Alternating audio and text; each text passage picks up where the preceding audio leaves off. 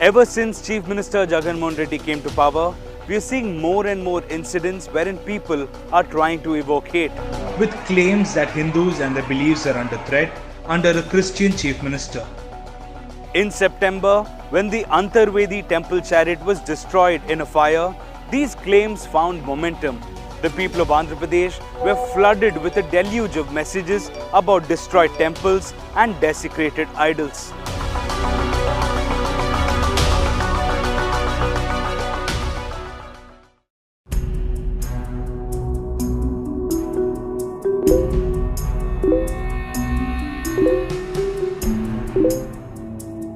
This was one such message that went around in Guntur.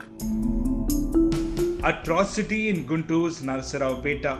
Unidentified miscreants have terribly damaged the Saraswati idol near Sringeri Shankara Mutt.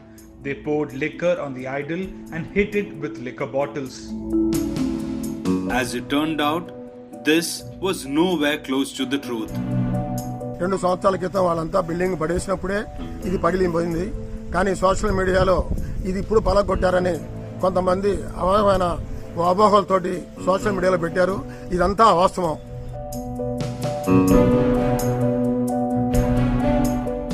We are presently in Varavakatta, located in Narsaraopeta in Guntur district of Andhra Pradesh. I am presently at the site where once the Saraswati idol stood. After the controversy broke out, the landowners decided to remove the idol from this particular pedestal once where it stood. The Antarvedi fire case, which remains unsolved, led to a campaign called Andhra Temples in Danger. A counter-campaign became necessary to tackle the hate through the same channels, Facebook, Twitter and WhatsApp. Nowadays we have seen that how social media platform is really being used by everybody, almost everybody. And not to be left behind are various interested groups and political parties as well. If you don't respond in time, it really becomes viral and then it goes beyond, it makes it very difficult to contain. Here in Srikakulam, another piece of false news was countered in the same platforms where it went viral.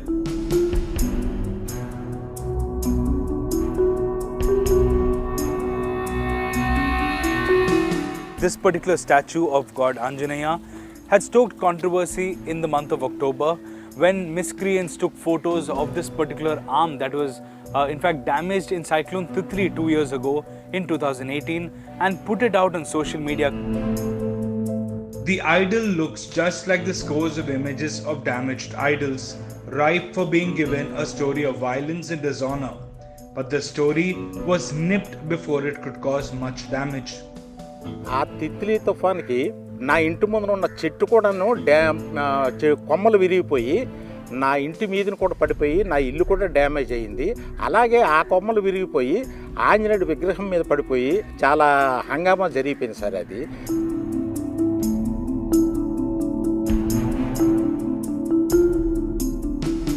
However, the police quickly cracked down and found out the truth about this fake news, and in the same social media groups which he had posted, the same person who was found to be the BJP Mandal secretary, he himself apologized in the groups and said, this is fake news. నేను తెలుసుకోకుండా నేను వేరే ఉద్దేశం భావించి అన్యద సమాచారాన్ని జోడించి నేను సమాచారం ఇవ్వడం అయింది. But in most cases, we don't get to see an apology or retraction.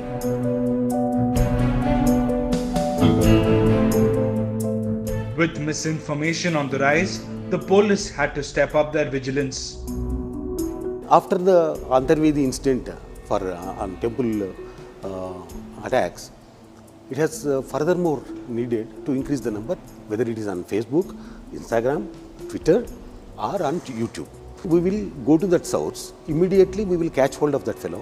Ultimately, I want to say, whenever you post something, your digital signature is always there.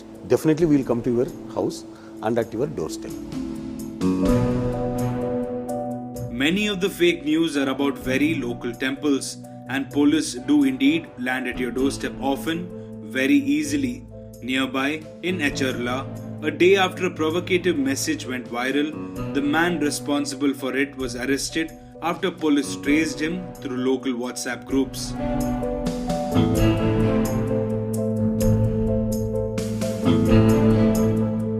On September 23rd, a message was circulated in around 7 groups. Altogether, around 800 plus members were told that people from a certain community had probably desecrated this particular idol.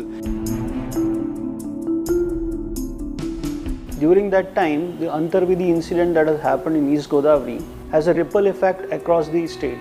These kind of information could have flamed the sentiment of the public. ఇది వర్షాభా ప్రభావంలో గాలి ఎక్కువ వేయడంలోను ఆ లోపలికి ఒక కర్ర చూడడంలోను 2 దగ్గర చిన్న డ్యామేజ్ అయిందండి. చిన్నవే కదని మేము దానికి ఏం చేయలేదు. కానీ కొంతమంది ఎవరో పోస్టింగ్స్ చేసుకుని ఇచ్చేసుకున్నారు తప్ప ఇక్కడ రాజకీయ పరంగా కానీ క్యాస్ట్ పరంగా కానీ ఎటువంటి ప్రాబ్లమ్స్ ఇక్కడ లేవు సార్.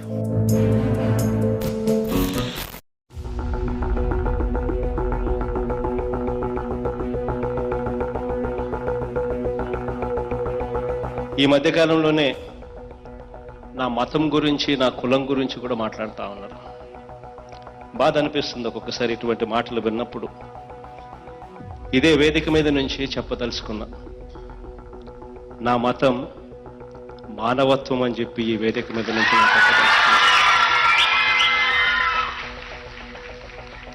నా కులం మాట నిలబెట్టుకునే కులం అని చెప్పి నేను ఈ వేదిక మీద నుంచి తెలియజేస్తాను. Authorities in the state have made an effort to appear secular, but people's perceptions of an imminent threat to a particular religion continues.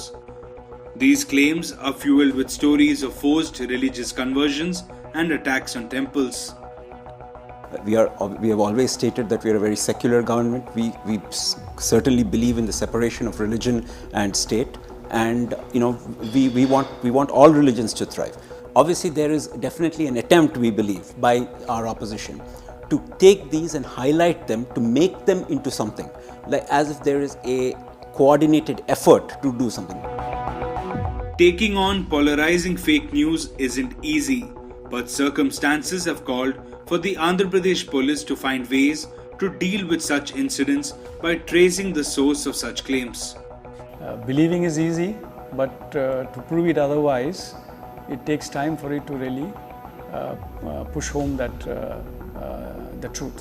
We have reached a stage where something emerging, we are able to really very quickly contain it before it becomes viral. Fake news travels much faster than the truth. In fact, it is entangled with the social and cultural context and the beliefs of the readers.